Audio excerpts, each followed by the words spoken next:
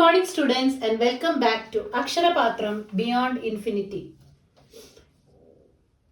So we were discussing this SSLC Preparatory Exam 2026 Physics paper in the last two videos. So we'll be continuing with the same paper. So we have discussed till question number 10. Now moving on to question number 11. What is magnification? If the magnification of an image produced by a lens is +2, then mention the type of lens. So I'll be discussing in detail what is magnification for both lens and mirror. So magnification of a lens or a mirror is the height of the image by height of the object, which is -V by U for a mirror and V by U for a lens. So what is height of image by height of object? It means how much the image is magnified compared to the object, or ratio of image height to object height. It is even the ratio of V and U.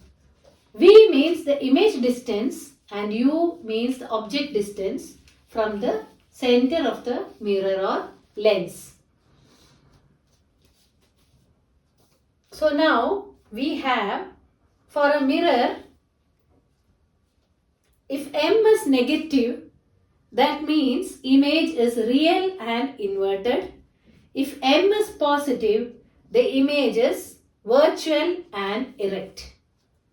If M is negative, the image is real and inverted, and if M is positive, the image is virtual and erect.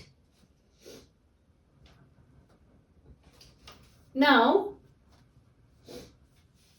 for a concave, so here the question is, if the magnification of an image produced by a lens, so they have given here specifically lens. So if the magnification is +2, what type of lens it is they are asking the question. So if the magnification is +2, that means magnification is greater than 1. That means it's a convex lens. So for a convex lens, the magnification will be greater than 1. This is same for a concave mirror too. The magnification will be greater than 1. It's variable. So for a concave lens or convex mirror, it will be less than 1. So based on the magnification, we can find out whether it is a mirror, whether the mirror is concave or convex, and whether the lens is concave or convex. Now we move on to the B part of 11th question. What is refractive index? The question is, the refractive index of medium A is less than medium B. Which of these media is optically denser? A, refractive index of A is less than refractive index of B. Which is denser? In which of these media speed of light is more? So in the first video I have already discussed the refractive index, how it depends on the speed of light. So for different media there will be different refractive index. Based on the refractive index we can tell that the medium is rarer or denser. If the refractive index is more, it is a denser medium. If the refractive index is less comparatively, it is a rarer medium. So here the optically denser medium is B. So here B is denser. And how does refractive index depend on speed of light? So we already discussed that refractive index is equal to speed of light in air by speed of light in medium. So you can see that speed of light and refractive index are inversely proportional. So when refractive index is more, speed of light will be less in the medium. So here we can see that for A, the refractive index is less. So the speed of light will be more in case of A than B, but the denser medium will be B. Now there is an OR question for the 11th one. What is center of curvature of a spherical mirror? Write any two uses of concave mirror. So center uses of concave mirror you can identify. There are so many uses for concave mirror. What is the center of curvature of a spherical mirror? So you know that spherical mirror is made by cutting and polishing a part of a sphere. So the center of curvature is the center of the sphere of which the mirror is the part. So if there is a sphere from which the mirror is cut or taken, that sphere center is the center of curvature. So if we are,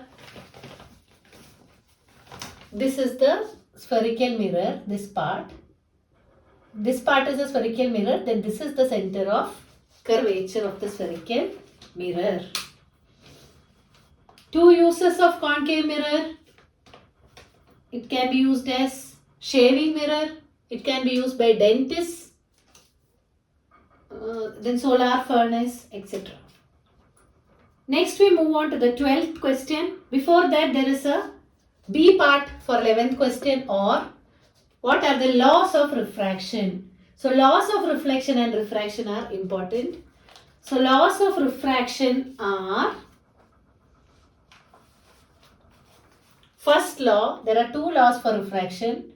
First law is the incident ray, the refracted ray and the normal all lie in the same plane. This is same as the law of reflection. Here also the incident ray, the refracted ray and the normal all lie in the same plane. So this is the incident ray, this is the refracted ray and this is the normal. All these will lie in the same plane. First law. Second law is known as Snell's law. Snell's law states that sine of angle of incidence by sine of angle of refraction, or the ratio of sine of angle of incidence to sine of angle of refraction is a constant. So we can tell that according to Snell's law, sine of angle of incidence by sine of angle of refraction is a constant, which is called the refractive index of the medium. So refractive index of the medium is also the ratio of sine of angle of incidence to sine of angle of refraction. So these are the laws of refraction. Now we move on to the 12th question. Factors on which the resistance of a conductor depends. I had already told you there is a new concept called resistance in electricity chapter, which resists the flow of current. So we know that by Ohm's law, V by I is equal to a constant which is R, which is called the resistance. V is the potential difference, I is the current. So resistance is V by I. Now on what does the resistance depend? Resistance depends on four factors. So resistance is directly proportional to length of the conductor, inversely proportional to area of cross section. Resistance is also proportional to the temperature. R is proportional to T. So as temperature increases, resistance also increases. Temperature resistance depends on the nature of the material. So based on the different materials, the resistance will be different. Insulators will have maximum resistance than conductor, than semiconductor, than conductors. So these are the four factors on which the resistance of a conductor depends. So based on these factors, we can write R is equal to rho L by A, where rho is called the resistivity of the material. Based on the resistivity, we can tell that it is conductor, insulator or semiconductor. Now next question, B part. Write the mathematical form of Joule's law of heating. Name any two devices that work on basis of Joule's law of heating. So according to Joule's law of heating, heat energy in a conductor H is directly proportional to the square of the current flowing through it. It's directly proportional to the resistance of the conductor, and it's indirectly proportional to the time taken or the time for which the current flows. So H is proportional to I square RT, or H is equal to I square RT. This is the mathematical formulation of Joule's law of heating. So there are three formula for Joule's law of heating. So if we substitute Ohm's law, V is equal to IR. In this we get V I T and V square by R T. So there are three formula for heat energy according to Joule's law of heating. Now the other two are the derived formula, and the actual is H is equal to I square R T. Now name any two devices that work on the basis of Joule's law of heating. Heating devices are electric heaters, electric iron, etc. Lighting devices are tungsten. Because of the tungsten coil getting heated inside a bulb, the light energy is emitted. These two devices you can write. So that's all for SSLC Preparatory Examination Physics Question Paper 2026. This is the first preparatory exam paper.